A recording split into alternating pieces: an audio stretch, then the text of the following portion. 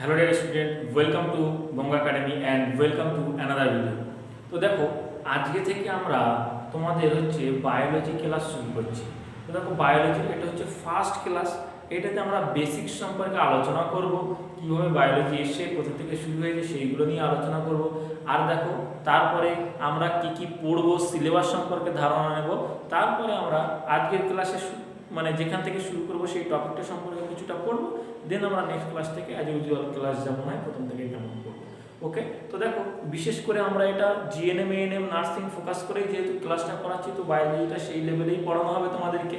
দেখো আমাদের যদি জিএনএম এএনএম নার্সিংয়ের জন্য যদি বলি, তাহলে এর জন্য আমাদের বায়োলজির মধ্যে কী কী পড়তে হবে সেইগুলো আমি তোমাদেরকে বলছি, আগে ভালো করে শোনো। আর দেখো সবাই পেন অ্যান্ড কপি নিয়ে বসো, ক্লাসটা ভালো করে খাতাতে নোট ডাউন করবে, তাহলে তোমার পড়তে সুবিধা হবে। আর হ্যাঁ, একটা জিনিস, এর সঙ্গে সঙ্গে তোমাকে অবশ্যই বই পড়তে হবে, টেক্সট বই পড়তে হবে। টেক্সট বই তুমি যখন পড়বে, মানে এই ক্লাসে তোমাকে যেগুলো করানো হবে সেইগুলো তো পড়বে, তার সঙ্গে সঙ্গে পাশাপাশি একটা টেক্সট বুক রাখবে, তাহলে তুমি একটু উল্টিয়ে উল্টিয়ে দেখলে তোমার সেটা কনসেপ্ট আরও বেশি ভালো বিল্ড হবে। তাহলে তুমি সেই বিষয়টাতে তুমি দক্ষ হতে পারবে। ওকে, আর তার সঙ্গে সঙ্গে প্রচুর মক টেস্ট তোমাদেরকে দেওয়া হবে, এমসিকিউ কোশ্চেন সলভ করানো হবে। সেখান থেকে তোমরা ওভারঅল একটা সিলেবাস সম্পর্কে একটা স্ট্রাকচার পাবে বা একটা ধারণা পাবে। তো চলো আমরা বায়োলজির মধ্যে কি কি পড়বো। দেখো এটা আরও যারা বিভিন্ন এক্সামের জন্য বলো, ধরো WBCS বলো আর অন্য যে কোনো এক্সামের জন্য যাদের সায়েন্স গ্রুপ দরকার, বায়োলজি ফিজিক্যাল সায়েন্স, তারাও ফলো করতে পারো, তোমরাও হেল্পফুল হবে। ওকে, তো দেখো আমরা বায়োলজির মধ্যে কি কি বিষয়গুলো পড়বো।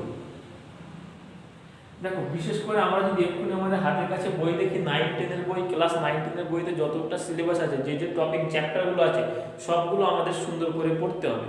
তো দেখো আমরা যদি একটা ছোট্ট রোডম্যাপ তৈরি করি, দেখো আমরা প্রথমে সেল দিয়ে যদি শুরু করি, সেল দিয়ে শুরু করব, সেখান থেকে আমরা কোষ সেল স্ট্রাকচার পড়ব। আমরা ধরো সেল বা কোষ দিয়ে শুরু করলাম, তারপরে আমরা কি করব, সেখান থেকে কোষের গঠন পড়ব। দেখো হ্যান্ড রাইটিং বুঝতে হলে একটু ভিডিওটা পজ করে নিও, অসুবিধা নেই, আস্তে আস্তে দেখো, কোনো চাপ নেই, আমি আস্তে আস্তেই বলার চেষ্টা করছি। ওকে, তো দেখো কোষের গঠন, তারপরে আমরা কি করব, কোষ বিভাজন, এগুলি সবই একটা রিলেটেড, একটার সঙ্গে ইন্টারকানেক্টেড টপিক, সেই জন্য এইগুলো আমরা সব পরপর পড়ব। এর সঙ্গে আমরা কি পড়ব, এর পরেই আমরা পড়ব বংশগতি সম্পর্কিত রোগ। যে দেখো এইগুলো আছে আমার ক্লাস 9 এর বইতে, এগুলো তোমরা পাবে হচ্ছে ক্লাস 10 এর বইতে, বংশগতি। দেখো আমাদের সুতরাং এইটা অনেকটা সবগুলো পরপর একটার সঙ্গে রিলেটেড টপিক হয়ে গেল।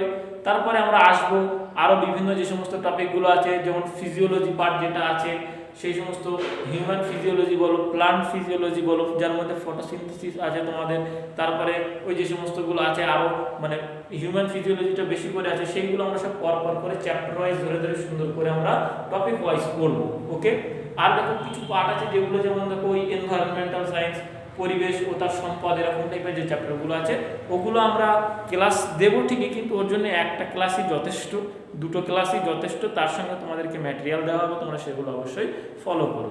ওকে, তো দেখো যারা নতুন আছো তারা অবশ্যই চ্যানেলটাকে সাবস্ক্রাইব করে নাও। আর এই দেখবে নিচে নাম্বার দেওয়া আছে, যদি এর থেকেও তোমার আরও কোনো গাইডেন্স দরকার হয়, তাহলে অবশ্যই তুমি নিচে দেওয়া নাম্বারে যোগাযোগ করবে, আর বা সেই নাম্বারে হোয়াটসঅ্যাপ আছে, তুমি হোয়াটসঅ্যাপ করতে পারো ফর মোর গাইডেন্স। আর তুমি যদি মনে করো এইগুলোর পেড ব্যাচে জয়েন করবে, সেখানেও করতে পারো, সেগুলো অপশান আছে, তুমি এই নাম্বারে কল করে জানতে পারো। ওকে, তো চলো আমরা প্রথমে একটু বায়োলজি সম্পর্কে জানি, তাই দেখো বায়োলজি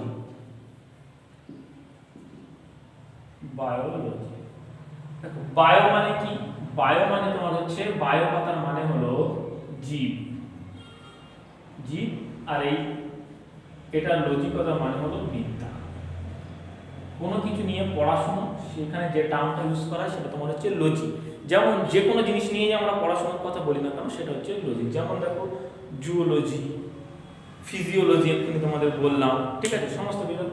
জীব মানে যার মধ্যে জীবন আছে, বা যার মধ্যে প্রাণ আছে, বা প্রাণ আছে, তারা সবই হচ্ছে তোমার যাদের মধ্যে প্রাণ আছে তারা সবাই জীব, সজীব, তাই তো। তো সেই জীব জীবকুলকে নিয়ে, সেই জীব সমস্ত জীবদেরকে নিয়ে যে পড়াশোনা বা স্টাডি বা যে অধ্যয়ন করা হয় সেটাকেই তোমার কি বলা হয়, বায়োলজি বলা হয়। ওকে, এই বায়োলজি যখন প্রথম দিকে, যেমন দেখো যখন প্রথম দিকে সবে সবে জীবনের শুরু হয়েছিল, পৃথিবীতে যখন জীবনের সঞ্চার প্রথম দিকে হয়েছিল, তখন না মানুষের কিন্তু ধারণা ছিল না যে এই জীবের মধ্যে কি কি আছে, উদ্ভিদ আছে না প্রাণী আছে, তখন তেমন কোনো ধারণা বা আইডিয়া তাদের ছিল না। প্রথমে মানুষ কি জানতো যে জীব মানেই শুধু প্রাণী হয়, জীব মানেই শুধু প্রাণী হয়, উদ্ভিদ সম্পর্কে মানুষের কোনো ধারণা ছিল না। ছিল, কিন্তু এটা তাদের কাছে ধারণা ছিল না যে উদ্ভিদের মধ্যেও প্রাণ আছে, এই জিনিসটা তাদের কাছে ক্লিয়ার ছিল না।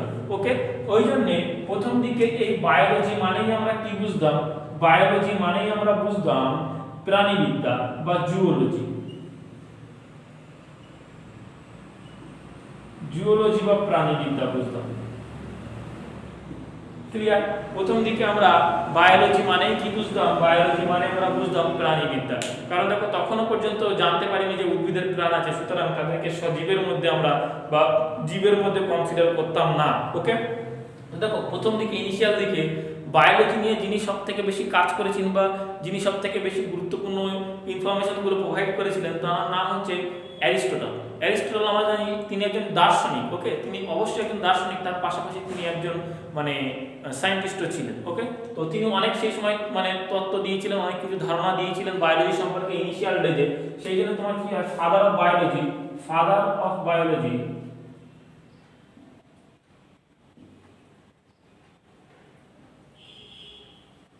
বা জীববিদ্যার জনক কাকে বলা হয়, অ্যারিস্টটলকে বলা হয়।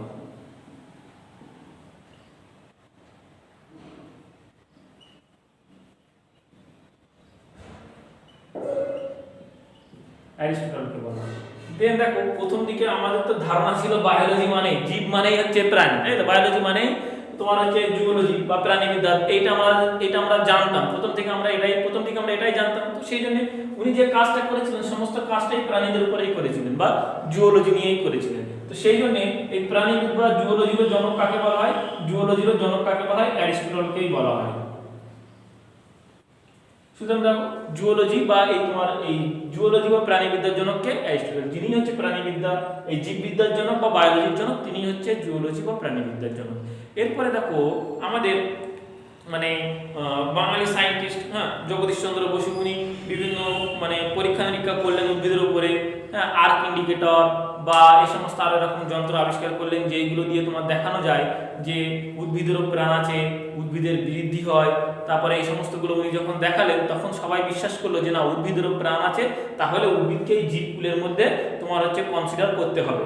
তখন আরেকটা এই বায়োলজির আরেকটা নতুন শাখা আসলো, সেটাকে আমরা কি বলি, সেই শাখাটাকে আমরা নাম দিয়েছি বটানি বা উদ্ভিদবিদ্যা, বটানি বা উদ্ভিদবিদ্যা। এবার দেখো এটা যেহেতু অনেক পরে এসে, তো এইখানে উদ্ভিদবিদ্যা বা বটানি নিয়ে প্রথম দিকে যিনি অনেক বেশি ধারণা দিয়েছিলেন বা অনেক বেশি গুরুত্বপূর্ণ তত্ত্ব দিয়েছিলেন, তার নাম হচ্ছে থিওফ্রাস্টাস।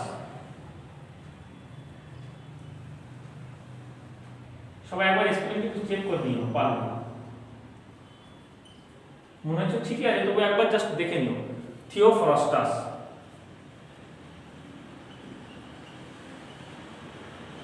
থিওফ্রাস্টাস। তাহলে উদ্ভিদবিদ্যা বা বটানিক জনক কাকে বলা হয়, ফাদার অফ বটানি কাকে বলা হয় বা উদ্ভিদবিদ্যার জনক কাকে বলা হয়, তোমার থিওফ্রাস্টাসকে বলা হয় উদ্ভিদবিদ্যার জনক। দেখো এই জায়গাটায় সবাই ক্লিয়ার। দেখো বায়োলজি প্রথমে আমরা যেটা জানতাম, বায়োলজি মানে জুওলজি জানতাম। তো তখন এই ফাদার অফ বায়োলজি যিনি ছিল অ্যারিস্টটল, তো ফাদার অফ জুওলজি তিনি ছিল অ্যারিস্টটল, একই ব্যক্তি ছিলেন। তারপরে দেখো পরে আমার এই আচার্য জগদীশ চন্দ্র বসু ওনারা যখন প্রমাণ করলো যে উদ্ভিদের প্রাণ আছে, তারপরে উদ্ভিদকে আমরা এখানে শামিল করলাম, তাহলে আমরা নতুন যে শাখা তৈরি করলাম তার নাম কি দিলাম, বটানি বা উদ্ভিদবিদ্যা। তো তার জনক কাকে বলা হয়, থিওফ্রাস্টাসকে বলা হয় উদ্ভিদবিদ্যার জনক। ওকে, এ পর্যন্ত সবাই ক্লিয়ার। এবার দেখো আমরা বায়োলজির বেসিক কিছু ইনফরমেশন দেখি, যে যেমন দেখো জীবনের আমরা একদম প্রথম আমরা বলেছি আমরা কোষ দিয়ে শুরু করব, সরি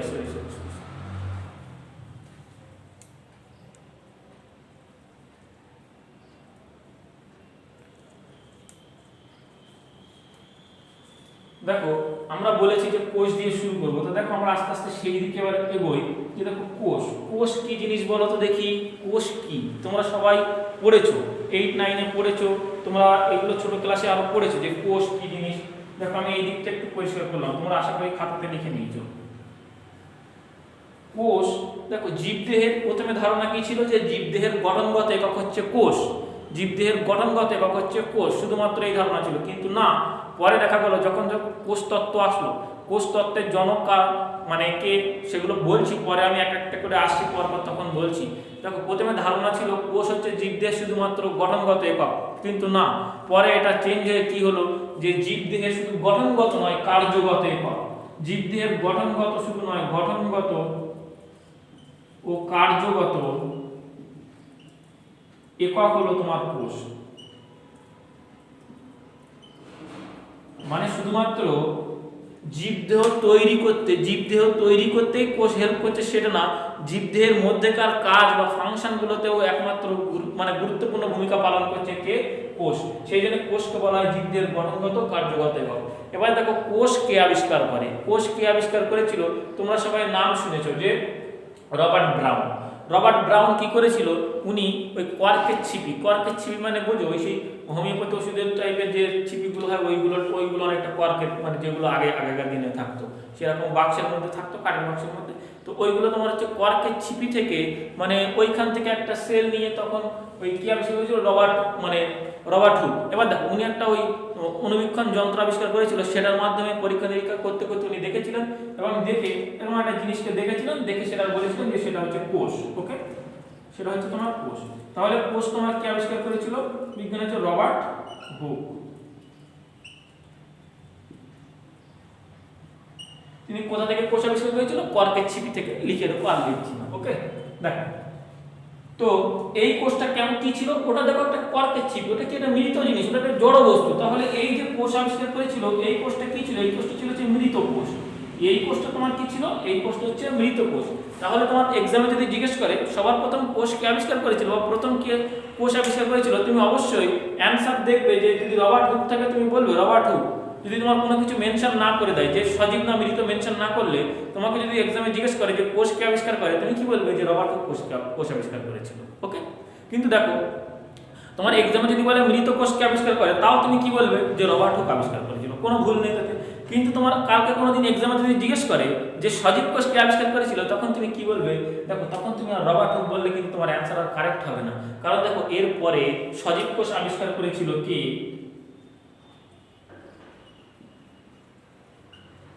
সজীব কোষ আবিষ্কার করেছিলেন অ্যান্টনি ম্যান লিউয়েনহক। আমি ছোট করে লিখছি, লিউয়েনহক। তাহলে দেখো দুটো নামের মধ্যে কিন্তু পার্থক্য আছে, সেটা না, এরা দুজনে হচ্ছে আলাদা ব্যক্তি সম্পূর্ণ।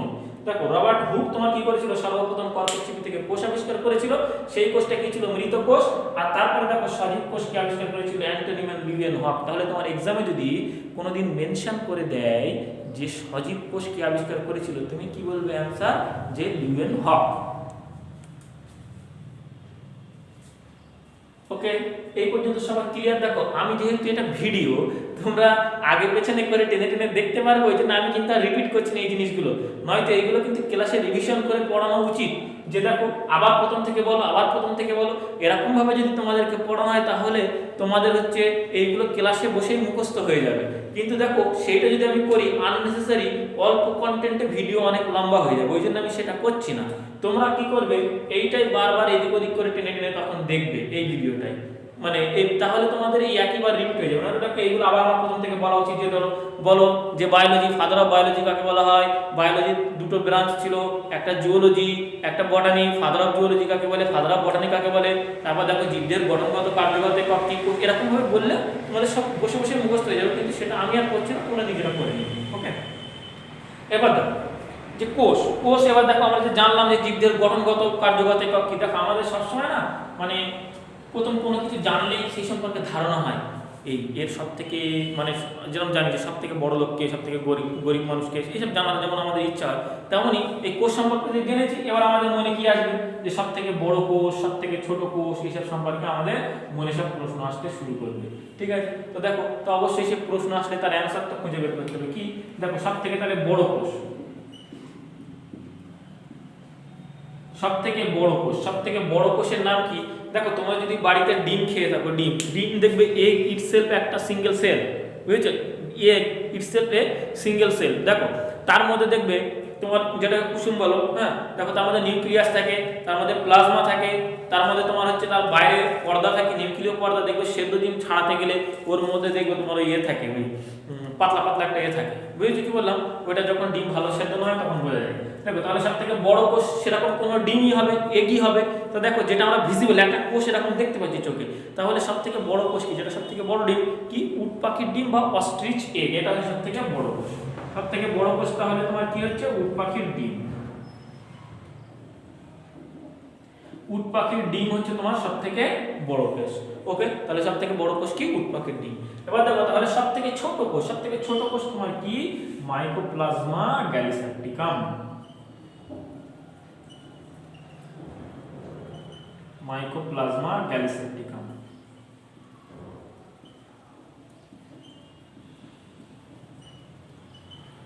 দেখো স্পেলিং না বুঝতে পারলে আমি বলছি না, গ্যালিসেপ্টিকাম, মাইকোপ্লাজমা গ্যালিসেপ্টিকাম লিখে নিই। তাহলে সব থেকে বড় কোষ আর সব থেকে ছোট কোষ, সব থেকে বড় কোষ আর সব থেকে ছোট কোষ। সব থেকে বড় কোষ হচ্ছে তোমার উট পাখির ডিম, আর সব থেকে ছোট কোষ হচ্ছে তোমার কি, মাইকোপ্লাজমা গ্যালিসেপ্টিকাম। এবার দেখো এইগুলো হচ্ছে ইন জেনারেল, পুরো সব জীবজগৎকে নিয়ে, ইন জেনারেল, বুঝেছো, সব জীবজগৎকে নিয়ে। দেখো এবার যদি আমি বলি মানব দেহ, ইন হিউম্যান বিংস বা মানব দেহে সব থেকে বড় কোষ কোনটা, ছোট কোষ কোনটা, তাহলে চলো এবার দেখি। এই জায়গাটা মুছবো, আমার এই মুছে লিখতে খুব অসুবিধা, একটু দেখি। দেখো যদি মানব দেহে বলি, মানব দেহে তোমার বড় কোষ কোনটা, মানব দেহে সবচেয়ে বড় কোষ হচ্ছে ওভাম সেল বা ডিম্বাণু কোষ। ডিম্বাণু কোষ মানব দেহের সবচেয়ে বড় কোষ ডিম্বাণু কোষ বা ওভাম সেল। ক্লিয়ার? মানব দেহে তাহলে সব থেকে বড় কোষের নাম কি, ওভাম কোষ, এই ডিম্বাণু কোষ বা ওভাম সেল। এরপর দেখো মানব দেহের সব থেকে ছোট কোষ কি, মানব দেহের সব থেকে ছোট কোষ হচ্ছে তোমার শুক্রাণু কোষ বা স্পার্ম সেল।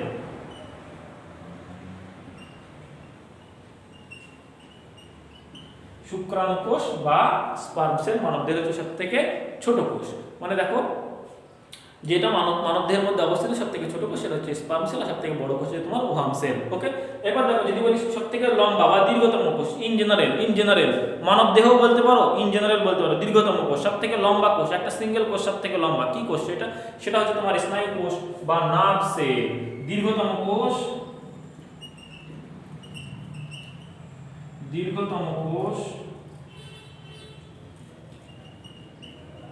তোমার হচ্ছে স্নায়ু কোষ,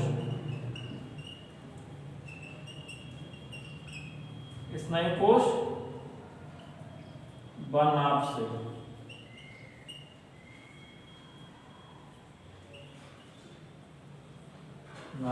দেখো লেখাটা কেমন কি হচ্ছে জানি না, একটা ভিডিও বানাচ্ছি, টেরে যাচ্ছে কি বেঁকে যাচ্ছে বুঝতে পারছি না। ওকে, শুধু তোমরা একটু কমেন্ট করে দিও যে বোঝা যাচ্ছে কিনা, বা ফিডব্যাক দিও। যারা দেখছো, যারা পেড ব্যাচের স্টুডেন্ট দেখবে, তারা হচ্ছে তোমরা একটু হোয়াটসঅ্যাপে বলে দিও যে মানে লেখা ঠিকঠাক হচ্ছে কিনা, বোঝা যাচ্ছে কিনা, এই সমস্তগুলো একটু বলে দিও, তাহলে আমি নেক্সট দিন সেটাকে কারেক্ট করবো। দেখো কোনো কিছু তো 100% কারেক্ট করা যায় না, ভুলভাল করতে হয়, তারপরে সেই ভুলগুলো কারেক্ট করে দিলে তাহলে সব কিছু কারেক্ট হয়ে যায়। তো আমারও কী সমস্যা হচ্ছে সাউন্ডে বা কোথায় কী সমস্যা হচ্ছে বলে দেবে, তাহলে আমি নেক্সট দিন অবশ্যই সেগুলো কারেক্ট করে দেবো, কোনো চিন্তা করার কারণ নেই। দেখো তাহলে এই বেসিক সম্পর্কে সবার ক্লিয়ার, বেসিক সম্পর্কে সবার ধারণা ক্লিয়ার। দেখো কোষের এই বেসিক সম্পর্কে আশা করছি সবার ধারণা ক্লিয়ার। এবার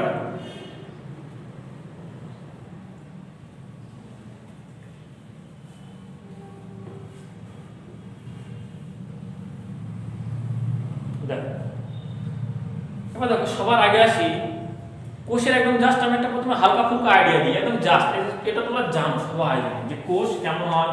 ধরো কোষ, দেখো প্রাণী কোষ দেখতে একটু গোল, কোষের কোনো এক রকমের আকার নেই, কিন্তু আমরা সাধারণত ইঞ্জিনিয়ারিং কি প্রাণী কোষ একটু এরকম রাউন্ড ফিগারে আঁকি, উদ্ভিদ কোষ মানে 4-5 ফিগার আঁকি, মানে 4টে কম থাকে অ্যাঙ্গেল থেকে সেরকম ফিগার আঁকি।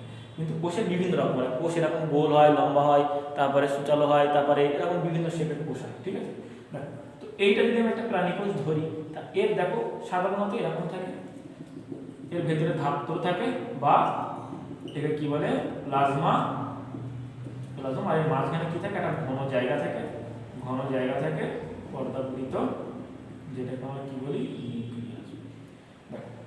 কোষের বাইরে তোমার কি থাকে, কোষের বাইরে তোমার কি থাকে, কোষ পর্দা, কোষ পর্দা, কোষের বাইরে থেকে কোষ পর্দা। আর কোষের ভিতরে যেটা থাকে এটাকে কি বলে, এটাকে তোমার বলে দেখো কোষ, কোষ যে দেখো মিস হয়ে যাচ্ছে সিকোয়েন্স বলছি, দেখো এইদিকে মিস হয়ে গেছে কোষ। কোষের ইংরেজি নাম কি, কোষের ইংরেজি নাম হচ্ছে তোমার সেল। তুমি যদি ইংলিশ নাম হচ্ছে সেল, তুমি যদি এখন ওই কোনো সাউথ আফ্রিকার দিকে যাও বা আফ্রিকার কোনো দেশে চলে যাও বা অন্য কোনো ল্যাটিন আমেরিকার দেশে চলে যাও, যারা সেখানে ইংলিশ জানে না, তুমি সেখানে যদি সেল বলো, ওরা সেল মানে অন্য কিছুই বুঝবে, বুঝে তোমাকে ঠেঙাবে, চাপ নেই। বুঝতে পারছি কি বলো? দেখো কোষ মানে তুমি সেল বললে ওরা মনে করে হয়তো গালাগালি দিচ্ছ, কারণ ওরা তখন বুঝবে না। এটা ইংলিশে কোষকে সেল বলা হয়, কিন্তু কোষের সায়েন্টিফিক নাম কি, সাইটো। যখন তুমি বলবে সাইটো সাইটো, তখন তারা বলবে ইয়েস সাইটো, তখন তারা বুঝতে পারবে যে দেখো হ্যাঁ তাহলে কোষ সম্পর্কে বলছে। তাহলে কোষের সায়েন্টিফিক নেম কি, সাইটো। কোষের সায়েন্টিফিক নেম কি, সাইটো। কোষের ইংলিশ নেম সেল। এবার দেখো আমি তোমাদের প্রথমেই বলেছিলাম বায়োলজি, বায়ো মানে জীব নিয়ে পড়াশোনা, বায়োলজি। ওকে, কোনো কিছু জিনিস নিয়ে অধ্যয়ন করাকে কি বলা হয়, তার সাথে লজি লাগিয়ে দেবে, সেই জিনিস নিয়ে অধ্যয়ন হয়ে যাবে। আজকে দেখো আমি সেলের সায়েন্টিফিক নাম কি পেয়েছি, সাইটো। সাইটোর সঙ্গে কি লাগাবো, লজি, তাহলে কি হয়ে গেল, সাইটোলজি। তাহলে দেখো আমার এখান থেকে আমি কি পেলাম, সাইটোলজি। তোমার যদি বলে কোষ নিয়ে পড়াশোনা বা কোষ নিয়ে অধ্যয়নকে কি বলে, সাইটোলজি। কোষ নিয়ে অধ্যয়নকে তোমার কি বলে, সাইটোলজি বলে। বাংলায় কি বলে, কোষবিদ্যা। দেখো এখানে আমরা দেখো সাইটো মানে কোষ, কোষের মধ্যে এর ভেতরে যে ধাত্র থাকে এটা প্লাজমা স্টেটে থাকে, প্লাজমা। তোমরা জানো কি প্লাজমা কি জিনিস, তোমরা জানো প্লাজমা কি জিনিস, জানো? Yes or no? Plasma, plasma হচ্ছে তোমার, দেখো আমরা কি জানি, আমরা ফিজিক্যাল সায়েন্সে পড়েছি পদার্থের কতগুলো অবস্থা থাকে, পদার্থের 3টে অবস্থা থাকে। কি কি, কঠিন, তরল, এই হচ্ছে না একসঙ্গে, কঠিন, কঠিন, তরল, গ্যাস, 3টে অবস্থা থাকে পদার্থে। কি 3টে অবস্থা, কঠিন, তরল, গ্যাস, এই 3টা আমরা জানি। কিন্তু দেখো পদার্থের এখনো আরেকটা অবস্থা আছে, এখনো আরেকটা অবস্থা আছে, সেটা হচ্ছে 4 নম্বর স্টেট। সেটা কি, সেটা হচ্ছে প্লাজমা, সেটা হচ্ছে প্লাজমা। দেখো সলিড, লিকুইড, গ্যাস ছাড়াও আরেকটা 4 নম্বর স্টেট, সেটাকে হচ্ছে কি বলে, প্লাজমা। অনেক সময় পরীক্ষায় তোমাদের এরকম টাইপের প্রশ্ন বিভিন্ন কম্পিটিটিভ এক্সামে জিজ্ঞেস করে যে প্লাজমা পদার্থের চতুর্থ অবস্থার নাম কি, পদার্থের চতুর্থ অবস্থার নাম হচ্ছে প্লাজমা। বুঝেছো, পদার্থের চতুর্থ অবস্থার নাম হচ্ছে প্লাজমা। এই প্লাজমাটা কেমন জিনিস, এটা তোমার কোথায় থাকে, এই সলিড আর লিকুইডের মাঝামাঝি একটা জায়গা, সলিড আর লিকুইডের মাঝামাঝি একটা জায়গা। দেখো তোমরা ওই জেলি টেলি খেয়েছো না, ওই দোকান থেকে 2 টাকার জেলি খেয়েছো, ওইগুলো হচ্ছে ওই প্লাজমা, বুঝলে, ওরা ওই চটচড়ে টাইপ। তো এইগুলো হচ্ছে প্লাজমা বা ধাত্র। এবার দেখো এর নাম প্লাজমা, কিন্তু এই প্লাজমা আছে কোথায়, এই প্লাজমা আছে কোথায়, ওই প্লাজমা আছে তোমার এই সাইটোর মধ্যে। তাহলে এই প্লাজমার নাম কি হবে, সাইটোপ্লাজম। এই প্লাজমার নাম কি হবে, সাইটোপ্লাজম। ঠিক আছে, এই প্লাজমার নাম কি হবে তোমার, সাইটোপ্লাজম। ব্যাস, আর কিচ্ছু না। দেখো এই প্লাজমা দেখো কোথায় আছে, সাইটোর মধ্যে আছে, তাই এর নাম হচ্ছে সাইটোপ্লাজম। আর এটা তো বললাম, এটা আছে নিউক্লিয়াস, এটা আছে নিউক্লিয়াস। দেখো এই কোষ পর্দাকে ইংলিশে কি বলে, সেল মেমব্রেন বলে। কোষ পর্দাকে ইংলিশে কি বলে, সেল মেমব্রেন বলে। এর ভিতরে প্লাজমা আছে, তাকে সাইটোপ্লাজম বলে। এর ভিতরে নিউক্লিয়াস, আমরা পরে আস্তে আস্তে বিভিন্ন অঙ্গাণুগুলো নিয়ে পড়বো, নিউক্লিয়াস নিয়ে পড়বো, তখন আমরা আরো ডিটেইলস এর সম্পর্কে পড়বো। এছাড়াও দেখো এর মধ্যে আরো বিভিন্ন কোষাঙ্গাণু থাকে, বিভিন্ন বিভিন্ন বিভিন্ন বিভিন্ন কোষাঙ্গাণু থাকে।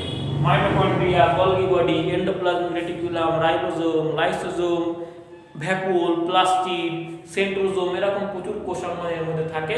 আমরা সেই সমস্তগুলো নিয়ে পরবর্তী ক্লাসে আস্তে আস্তে করে পড়ব। ওকে, আজকে শুধু বেসিক ধারণা দিচ্ছি তোমাদের। দেখো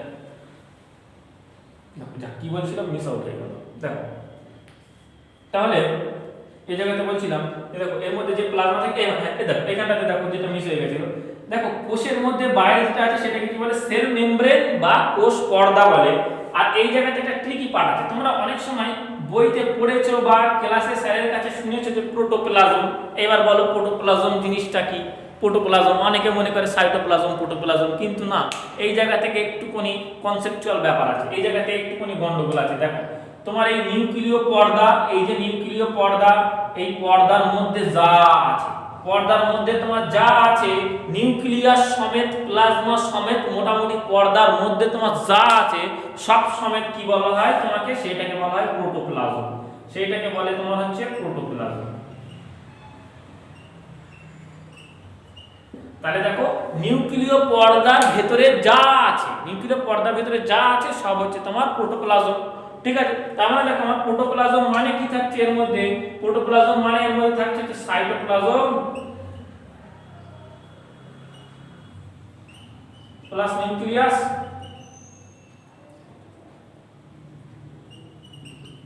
নিউক্লিয়াস। ওকে, প্রোটোপ্লাজম মানে এর মধ্যে থাকছে সাইটোপ্লাজম প্লাস নিউক্লিয়াস। তাহলে দেখো সাইটোপ্লাজম কি, প্রোটোপ্লাজমের একটা অংশ, একটা পার্ট। দেখো তোমাদের এক্সামে কোশ্চেন কিন্তু এখন অনেকটা তোমাদের কিন্তু কনসেপচুয়াল কোশ্চেন দেবে, যেগুলো তোমার যদি টপিক না বোঝো করতে পারো। তো এরকম জায়গা থেকে যদি তোমার কোনোদিন কোনো কোশ্চেন দেয় তাহলে যেন কোশ্চেনটা ছেড়ে দিয়ে শোনো, তাহলে কোশ্চেনটা যেন তুমি ছেড়ে দিয়ে শোনো। দেখো সাইটোপ্লাজম এটা হচ্ছে প্রোটোপ্লাজমের একটা পার্ট। তাহলে এই জায়গাটা সবাই ক্লিয়ার হয়ে গেল। চলো এবার একটু অন্যদিকে যাই। দেখো এই পর্যন্ত তাহলে সবার ক্লিয়ার নিশ্চয়ই। দেখো এক একটা ভিডিও বানাচ্ছি, কি সমস্যা, আমি এক অনেকক্ষণ থেকে বকে যাচ্ছি, কিন্তু তারপরে যে দেখছি ভিডিও কখন অফ হয়ে গেছে, কারণ কি ফোনে চার্জ কম হয়ে গেছে, এই সমস্যা। তারপরে আবার এইগুলো বকতে হবে। শোনো এই পর্যন্ত সবার ক্লিয়ার। দেখো এই protoplasm is equal to cytoplasm plus nucleus, এই পর্যন্ত সবার ক্লিয়ার। দেখো তোমরা অনেকে হয়তো ভাবছো যে স্যার তো এই ব্যাপারে কিছু বলছে না, কোষ পর্দা বললো, অনেক কিছু বলে দিল, এই ব্যাপারে যে কোষ প্রাচীর ব্যাপারে তো কোনো কিছু বলছে না। তোমরা শুনেছো এই জিনিসটা? দেখো কোষ প্রাচীর হচ্ছে একটা স্পেশাল কন্ডিশন, স্পেশাল কেস। দেখো ভালো করে বোঝো, পরীক্ষায় এটাও একটা ফেভারিট কোশ্চেন যে দেখো কোষ প্রাচীর কোথায় থাকে, উদ্ভিদ কোষে না প্রাণী কোষে, কোথায় কোষ প্রাচীর দেখতে পাওয়া যায়। এবং এটা যেমনই ফেভারিট কোশ্চেন স্টুডেন্টদের কাছে, তেমনই এটা হচ্ছে কনফিউজিং কোশ্চেন। সবাই জানে কিন্তু কোথায়, কিন্তু দেখো এক্সামের হলে যখন টেনশন হবে একটু একটু হালকা করে, তখন কি করবে জানো তো, উদ্ভিদ কোষ না প্রাণী কোষ, উদ্ভিদ কোষ না প্রাণী কোষ, এই জিনিসটা করবে, আর করতে করতে ভুল করে দিয়ে আসবে। তো দেখো আজকে আমি ভালো করে বলছি, শোনো মন দিয়ে, আর ভুল হবে না তোমার। দেখো আমরা কি প্রাণী, আমরা হচ্ছে প্রাণী। দেখো আমাদের এই স্কিন আছে, স্কিনের সেল আছে, সেই সেল প্রোটেক্ট করার জন্য দেখো আমরা ড্রেস পরে আছি।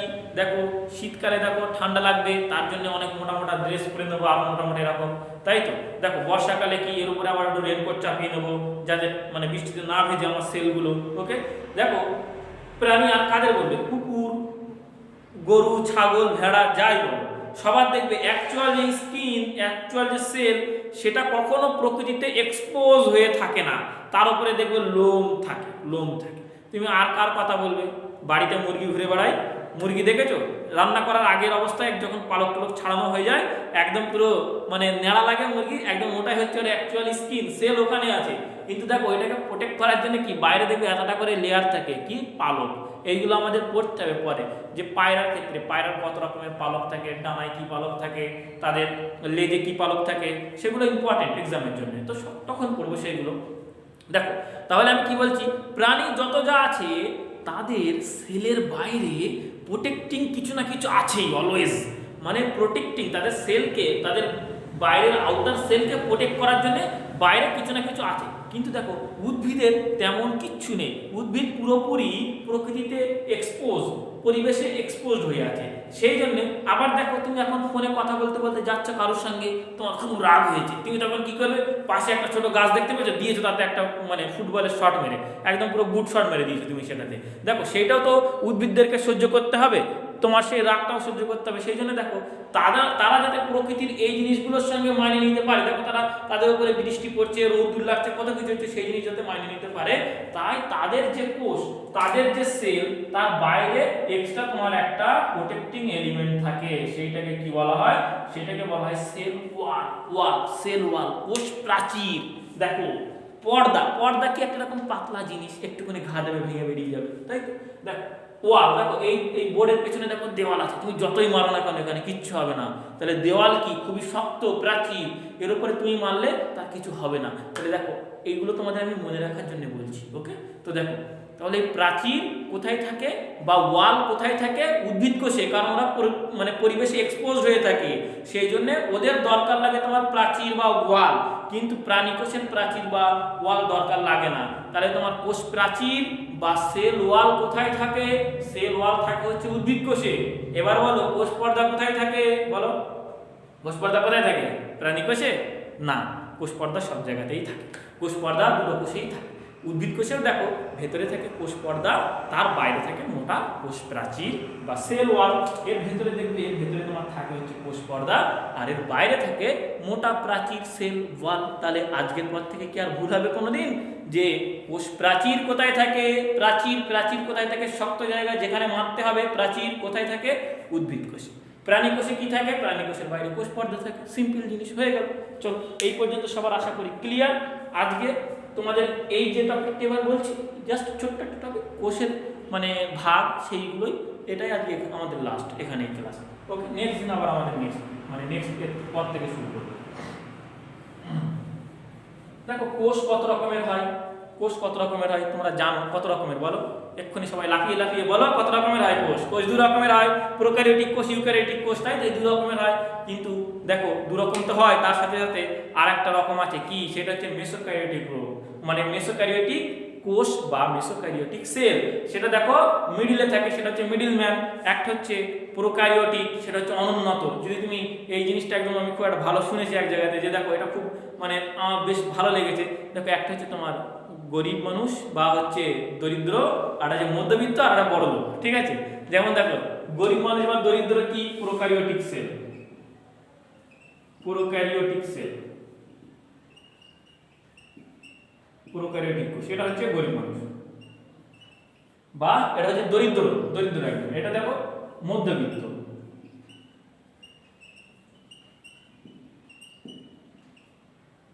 মেসোক্যারিওটিক কোষ, এটা হচ্ছে তোমার মধ্যবিত্ত। আর একটা দেখো বড়লোক কোষ, বড়লোক কোষ কি? ইউক্যারিওটিক কোষ বা উন্নত কোষ।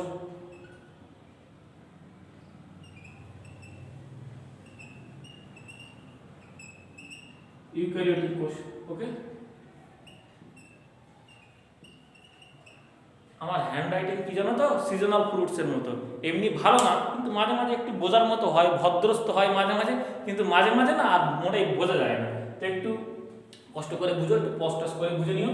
দেখো এই হচ্ছে প্রোক্যারিওটিক সেল, মানে হচ্ছে দরিদ্র সেল, মেসোক্যারিওটিক সেল মানে মধ্যবিত্ত সেল, আর ইউক্যারিওটিক সেল মানে হচ্ছে তোমার একদম বড়লোক সেল, উন্নত সেল, ঠিক আছে? দেখো আচ্ছা, এদের এই ভাগগুলো করা হয়েছে কিসের উপর ভিত্তি করে? এদের ভাগগুলো করা হয়েছে এদের এই গঠনের উপর, গঠন থেকে নেওয়া হয়েছে। গঠনে কি বললাম? ওদের মধ্যে কি থাকে? কোষ পর্দা থাকে, ভেতরে সাইটোপ্লাজম থাকে, তার মধ্যে নিউক্লিয়াস থাকে, আর বিভিন্ন কোষীয় অঙ্গাণু থাকে। সেইগুলোর প্রকৃতির উপর ভিত্তি করে এই ভাগটা করা হয়েছে। এই যে প্রোক্যারিওটিক কোষ বা এটা যে অনুন্নত সেল, অনুন্নত কোষ, এদের পার্থক্য আমরা পরে পড়বো। আজকে শুধু বুঝে রাখো যে প্রোক্যারিওটিক কোষ কার। যাদের মধ্যে দেখো যে সমস্ত কোষের মধ্যে যে কোষ অঙ্গাণুগুলো থাকে তারা হচ্ছে নগ্ন অবস্থায় থাকে, পর্দাবৃত কোনো কোষাঙ্গাণু থাকে না, মানে পর্দাবৃত কোনো কোষাঙ্গাণু থাকে না। তার যে নিউক্লিয়াস থাকে, নিউক্লিয়াসও পর্দাবৃত হয় না, সেই জন্য সেই রকম তাদের অ্যাকচুয়ালি প্রকৃত নিউক্লিয়াস থাকে না। তার পরিবর্তে তাদের যেটা থাকে সেটাকে বলে নিউক্লিওয়েড বলে, তাদের যেটা থাকে সেটাকে বলে নিউক্লিওয়েড বলে। তাদের দেখো প্রকৃত মানে পর্দাবৃত নিউক্লিয়াস থাকে না, পর্দাবৃত কোষ অঙ্গাণুও থাকে না, সেই জন্যই তো তারা অনুন্নত কোষ। তাহলে এদের বৈশিষ্ট্য কি? এদের পর্দাবৃত কোনো কোষ অঙ্গাণু থাকে না, পর্দাবৃত কোনো নিউক্লিয়াস থাকে না। এবার দেখো এইটা বুঝে নাও, এটা অটোমেটিক বুঝে যাবে। দেখো ইউক্যারিওটিক মানে উন্নত কোষ, মানে সবকিছু একদম হাইফাই ব্যাপার, ক্লাসি ব্যাপার। তো দেখো ক্লাসি ব্যাপার, তাহলে দেখো এখানে নিশ্চয়ই এই যে কোষাঙ্গাণু থাকবে সবগুলো দেখো পর্দাবৃত, সুন্দর করে সাজানো গোছানো, একদম পুরো মানে বাড়িটা একদম ওয়েল ফার্নিশড হয়ে থাকবে। নিউক্লিয়াস অবশ্যই পর্দাবৃত নিউক্লিয়াস থাকবে। নিউক্লিয়াসের পর্দাকে ইউক্যারিওটিক কোষে কি বলে? নিউক্লিয় পর্দা বলে। কোষের পর্দাকে যেমন কোষ পর্দা বলে, নিউক্লিয়াসের পর্দাকে তেমনি নিউক্লিয় পর্দা বলে। আর দেখো এ হচ্ছে মিডিল ম্যান, এ হচ্ছে মাঝামাঝি, এদের দুজনের মাঝামাঝি, এর যা ক্যারেক্টার, এদের বৈশিষ্ট্যের মাঝামাঝি। এবার দেখো তোমার মনে আসতে পারে প্রোক্যারিওটিক কোষ কারা? প্রোক্যারিওটিক কোষ কারা? অনেকের মধ্যে এই ভুল ধারণা থাকে উদ্ভিদ কোষ হয়তো প্রোক্যারিওটিক কোষ না। উদ্ভিদ বলে তোমাকে ছোট করবে? হয় না, উদ্ভিদ কোষ প্রোক্যারিওটিক কোষ না, বুঝেছো? হ্যাঁ, দেখো প্রোক্যারিওটিক কোষ কারা? যেমন দেখো ওই বিভিন্ন ধরনের শৈবাল, ঠিক আছে, তারপরে ওই ব্লু গ্রিন অ্যালগি, তারপরে এই সমস্ত যারা একদম নিম্ন শ্রেণীর উদ্ভিদ আছে বা যারা নিম্ন শ্রেণীর উদ্ভিদ যারা এরকম আছে তারা হচ্ছে তোমার হচ্ছে এই কি বলে প্রোক্যারিওটিক কোষ। আর উদ্ভিদের মধ্যে যারা উচ্চ শ্রেণীর উদ্ভিদ আর প্রাণী যাদেরকে বলো তারা তো সব উচ্চ শ্রেণীরই, তো দেখো তাদের দেহে সব কিন্তু তোমার ইউক্যারিওটিক কোষ দেখা যায় বা উন্নত শ্রেণীর কোষ দেখা যায়। আর প্রোক্যারিওটিক কোষ কোথায়? শুধুমাত্র অনুন্নত শ্রেণীর উদ্ভিদে তোমার হচ্ছে প্রোক্যারিওটিক কোষ দেখা যায়, বা যেগুলো তোমার হচ্ছে একদম উন্নত শ্রেণীর উদ্ভিদ। যেমন দেখো এটা খুব পরীক্ষাতে দেয় বিজিএ, ব্লু গ্রিন অ্যালগি। এর নামটা কেন এরকম বলো তো, ব্লু গ্রিন অ্যালগি কেন? দেখো এর দেহের মধ্যে ব্লু আর গ্রিন দুটো কালার আছে, দুটো রকমেরই পিগমেন্ট থাকে। ব্লু কালারের পিগমেন্টও থাকে আর গ্রিন কালার, গ্রিন মানে হচ্ছে সবুজ, সবুজ কালারের পিগমেন্ট থাকে, তাই সালোক সংশ্লেষ করতে পারে, বুঝেছো? পরীক্ষা যদি কোনোদিন জিজ্ঞেস করে তোমাদের সালোক সংশ্লেষ যখন পড়াবো বলবো কোনি এটা জিনিসটা, তখন এক্সপ্লেন করবো কোনি যে দেখো এরা সালোক সংশ্লেষ করতে পারে। কারা? ব্লু গ্রিন অ্যালগি, এরা কিন্তু সালোক সংশ্লেষ করতে পারে, কারণ দেখো এদের দেহে গ্রিন পার্ট আছে যেটা হচ্ছে ক্লোরোফিলের সবুজ অংশ, বুঝেছো কি বললাম? দেখো তাহলে এই জন্য বলা হয় বিজিএ বা ব্লু গ্রিন অ্যালগি। তো দেখো তাহলে আমরা কি দেখলাম আজকের ক্লাসে? আজকের ক্লাসে আমরা একটু সামারাইজ করি, দেখলাম যে বায়োলজি কীভাবে এসছে, বায়োলজি কী কী ব্রাঞ্চ আছে সেইগুলো সম্পর্কে। তারপরে আমরা দেখলাম যে কোষ, জীবদের গঠনগত একক কী কোষ, সেই কোষের স্ট্রাকচার দেখলাম আমরা, বেসিক স্ট্রাকচার, কোষের মধ্যে বড় কোষ ছোট কোষ সেইগুলো আমরা দেখলাম। তারপরে আমরা অল্প করে দেখলাম কোষের প্রকারভেদ।